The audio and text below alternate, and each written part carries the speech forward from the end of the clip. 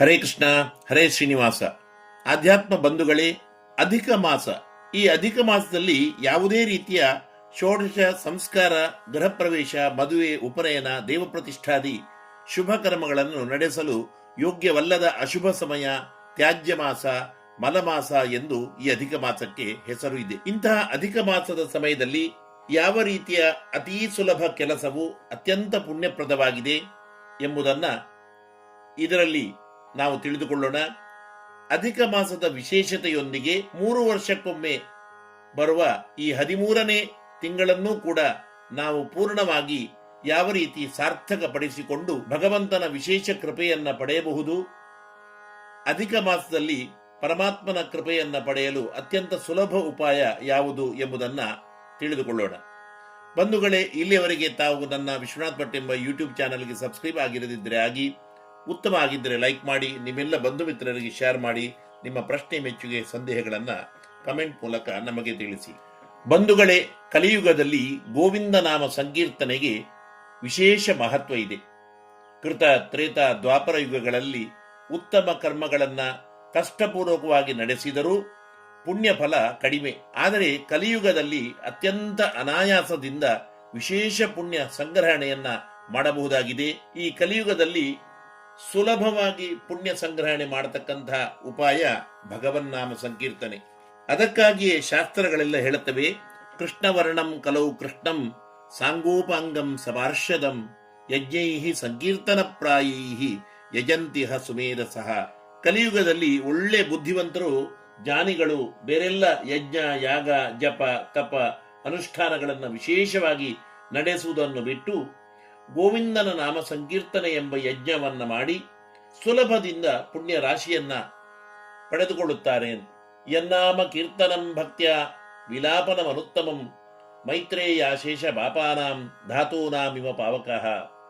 ಅಂದರೆ ಕಾದ ಬೆಂಕಿಯು ಬಂಗಾರ ಮುಂತಾದ ಲೋಹಗಳನ್ನ, ರಸ ಗಂಧಕಾದಿಗಳನ್ನ ಕರಗಿಸುವಂತೆ ಭಕ್ತಿಯಿಂದ, ಶ್ರದ್ಧೆಯಿಂದ ಮಾಡುವ ಆಲಾಪನೆ, ಹರಿನಾಮ ಸಂಕೀರ್ತನೆ, ಭಜನೆ, ಇದು ಎಲ್ಲಾ ಜನ್ಮ ಜನ್ಮಾಂತರಗಳ ಪಾಪಗಳನ್ನು ಸಂಪೂರ್ಣವಾಗಿ ನಾಶಗೊಳಿಸುವುದು, ಕರಗಿಸುವುದು. ಇದು ಎಲ್ಲ ಸಂದರ್ಭಗಳಲ್ಲಿಯೂ ಕೂಡ ಫಲ ಕೊಡುವಂತಹದ್ದೇ. ಹರಿಕಥಾಮೃತ ಸಾರಲ್ಲಿ ಹೇಳ್ತಾರೆ, ಮಕ್ಕಳಾಡಿಸುವಾಗ ಮನದೊಳಕ್ಕರದಿ ನಲಿದುವಾಗ, ಬಿಕ್ಕುವಾಗ ಆಕಳಿಸುವಾಗ ದೇವಕ್ಕಿ ತನಯನ ನೆನೆ. ಮಕ್ಕಳಾಡಿಸುವಾಗ ಮನದೊಳಕ್ಕರದಿ ನಲಿವಾಗ, ಬಿಕ್ಕುವಾಗ ಆಕಳಿಸುವಾಗ ದೇವಕ್ಕಿ ತನಯನ ನೆನೆ. ಅಂದರೆ ಪ್ರತಿಯೊಂದು ದಿನನಿತ್ಯದ ಎಲ್ಲಾ ಕರ್ಮಗಳನ್ನು ನಡೆಸುವಾಗಲೂ ಕೂಡ ನಾವು ನೆನೆಸುವಂತಹದ್ದು ಹರಿನಾಮವನ್ನೇ. ಆದರೆ ಅಧಿಕ ಮಾಸದ ಸಂದರ್ಭದಲ್ಲಿ ಇದು ವಿಶೇಷವಾಗಿ ಸಹಸ್ರ ಗೋದಾನದ ಫಲ, ಯಜ್ಞ ಯಾಗಾದಿಗಳ ಪುಣ್ಯ ಫಲವನ್ನ ಹರಿನಾಮ ಸಂಕೀರ್ತನೆ ತಂದುಕೊಡುತ್ತದೆ ಎನ್ನಲಾಗಿದೆ. ಮದುವೆ, ಗೃಹ ಪ್ರವೇಶ, ದೇವತಾ ಪ್ರತಿಷ್ಠೆ, ಷೋಡಶ ಸಂಸ್ಕಾರ, ಮಹಾಯಾಗಗಳನ್ನು ಈ ಸಂದರ್ಭದಲ್ಲಿ ನಡೆಸಲಾಗದಿದ್ದರೂ ಕೂಡ, ಎಲ್ಲಾ ಶುಭ ಕರ್ಮಗಳಿಗೆ ಈ ಮಾಸ ನಿಷೇಧವಾಗಿದ್ದರೂ ಕೂಡ ಅಧಿಕ ಮಾಸದಲ್ಲಿ ನಡೆಸುವ ಭಗವನ್ನಾಮ ಸಂಕೀರ್ತನೆಗೆ ಅತ್ಯಂತ ಅಧಿಕವಾದ ಫಲ ಇರುವುದರಿಂದಲೇ ಅಧಿಕಸ್ಯ ಅಧಿಕಂ ಫಲಂ ಎಂಬುದಾಗಿ ಅಧಿಕ ಮಾಸದಲ್ಲಿ ಅಧಿಕವಾದ ಫಲ ಸಿಗ್ತದೆ. ಆದ್ದರಿಂದಲೇ ಇದಕ್ಕೆ ಅಧಿಕ ಪುರುಷೋತ್ತಮ ಮಾಸ ಎಂಬುದಾಗಿ ಹೆಸರು ಬಂದಿದೆ. ಆದ್ದರಿಂದಲೇ ಇದು 3 ವರ್ಷಗಳಿಗೊಮ್ಮೆ ಬರುವ ವರ್ಷದ 13ನೇ ತಿಂಗಳು ಆಗಿದ್ದರೂ ಕೂಡ ತ್ಯಾಜ್ಯ ಮಾಸ, ಮಲಮಾಸ ಆಗದೆ ಮಲ ಅಪಹಾರಿ ಮಾಸ, ಪಾಪ ಪರಿಹಾರಕ ಮಾಸ ಎಂಬುದಾಗಿ ಈ ಮಾಸ ವ್ಯರ್ಥವಾಗದೆ ಪೂರ್ಣವಾಗಿ ನಮಗೆ ಸಾರ್ಥಕವಾಗ್ತದೆ. ಭಗವಂತನಿಗೆ ಅತ್ಯಂತ ಪ್ರಿಯವಾದ ಮಾಸ ಇದು. ಆದ್ರಿಂದಲೇ ಇದನ್ನು ಪುರುಷೋತ್ತಮ ಮಾಸ ಎಂಬುದಾಗಿ ಭಗವಂತನೇ ಇದರ ನಿಯಾಮಕನಾಗಿದ್ದಾನೆ. ಈ ಮಾಸದಲ್ಲಿ 33 ಸಂಖ್ಯೆಗೆ ವಿಶೇಷ ಮಹತ್ವ ಇದ್ದು, 33 ಅಪುಪದಾನವನ್ನ ಕಂಚಿನ ಪಾತ್ರೆಯಲ್ಲಿ ಶ್ರೇಷ್ಠ ಬ್ರಾಹ್ಮಣರಿಗೆ ಕೊಡುವುದು ಅತ್ಯಂತ ಶ್ರೇಷ್ಠ ದಾನವಾಗಿದೆ ಎನ್ನಲಾಗಿದೆ. ಅಧಿಕ ಮಾಸದ ವೈಶಿಷ್ಟ್ಯತೆಯನ್ನು ತಿಳಿಸುವ ಬೇರೆ ವಿಡಿಯೋ ಸಂದೇಶದಲ್ಲಿ ಇನ್ನು ಯಾವ ರೀತಿಯ 33 ವಸ್ತುಗಳ ದಾನವನ್ನ ನಾವು ಕೊಡಬಹುದು ಅಧಿಕ ಮಾಸದಲ್ಲಿ ಎಂಬುದನ್ನ ವಿಶದವಾಗಿ ನಾನು ತಿಳಿಸಿದ್ದೇನೆ. ಬಂಧುಗಳೇ, ಈ ದಾನಗಳನ್ನೆಲ್ಲ ವಿಶೇಷವಾಗಿ ಮಡಿಯಿಂದಲೇ ನಡೆಸಬೇಕು. ಹೊಸದಾದ ಕಂಚಿನ ಪಾತ್ರೆಯೇ ಬೇಕು. ಮನೆಯಲ್ಲೇ ಅತ್ಯಂತ ಮಡಿಯಿಂದ, ಶುದ್ಧಿಯಿಂದ ನಾವೇ ಮಾಡಿ ಶ್ರೇಷ್ಠ ವಿಪ್ರರನ್ನ ಕರೆದು ಕೊಡಬೇಕು. ಅದು ಯಾವುದೇ ದಾನ ಧರ್ಮಗಳಿರಲಿ, ಅದು ಸ್ವಲ್ಪ ಕಷ್ಟ ಸಾಧ್ಯವೇ.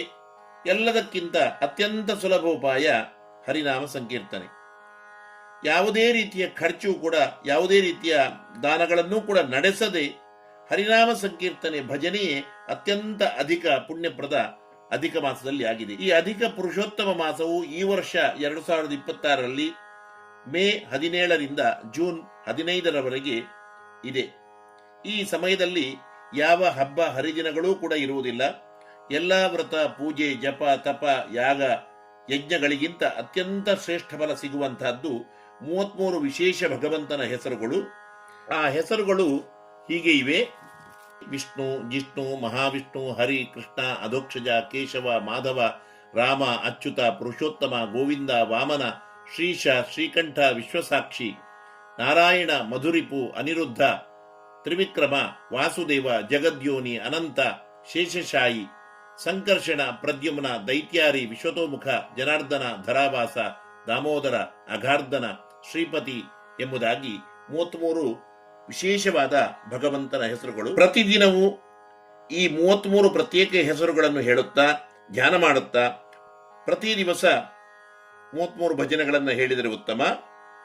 ಅದು ಆಗದಿದ್ದರೆ ಪಕ್ಷದಲ್ಲಿ ಪೂರ್ಣ 1 ತಿಂಗಳಲ್ಲಿ ಈ ಅಧಿಕ ಮಾಸದ ಸಮಯದಲ್ಲಿ ದಿನಕ್ಕೊಂದರಂತೆ ಭಜನೆಗಳನ್ನ, ಹರಿದಾಸರ ಸಂಕೀರ್ತನೆಗಳನ್ನ ಮಾಡಿದರೆ ಇದರಿಂದ ಈ ಪುರುಷೋತ್ತಮ ಮಾಸದಲ್ಲಿ ನಾವು ಶ್ರೀಹರಿಯ ಪೂರ್ಣಾನುಗ್ರಹವನ್ನ ಸುಲಭವಾಗಿ ಪಡೆಯಲು ಸಾಧ್ಯ.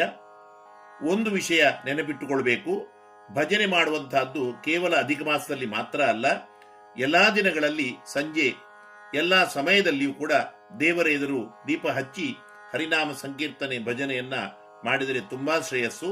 ಆದರೆ ಅಧಿಕ ಮಾಸದಲ್ಲಿ ಮಾಡುವ ಈ 33 ಭಜನೆ, ಪ್ರತಿ ದಿವಸ 1 ಭಜನೆಯನ್ನಾದರೂ ಮಾಡಿ ಒಟ್ಟು ತಿಂಗಳಲ್ಲಿ 33 ಭಜನೆಗಳನ್ನ, ಈ 33 ಭಗವಂತನ ವಿಶೇಷ ನಾಮಗಳನ್ನ ಸ್ಮರಿಸುತ್ತಾ ನಡೆಸಿದರೆ ಅತ್ಯಂತ ಅಧಿಕವಾದ ಪುಣ್ಯಫಲ ಪ್ರಾಪ್ತಿ ಇದೆ. ಪುರುಷೋತ್ತಮ ರೂಪಿ ಭಗವಂತನ ವಿಶೇಷ ಅನುಗ್ರಹದಿಂದ ಐಹಿಕ ಸುಖಗಳು, ಪರದಲ್ಲಿ ಮೋಕ್ಷ ಸುಖವು ಕೂಡ ನಿಶ್ಚಿತವಾಗಿ ಪ್ರಾಪ್ತಿಯಾಗುತ್ತದೆ ಎಂದು ಶಾಸ್ತ್ರಗಳ ಒಟ್ಟು ಅಭಿಪ್ರಾಯ ಎಂದು ಹೇಳುತ್ತಾ ನನ್ನ ಮಾತನ್ನ ಕೃಷ್ಣಾರ್ಪಣೆಗೊಳಿಸುತ್ತೇನೆ. ಜೀವೇಮ ಶರದ ಶತಂ, ಜೀವೇಮ ಶರದ ಶತಂ.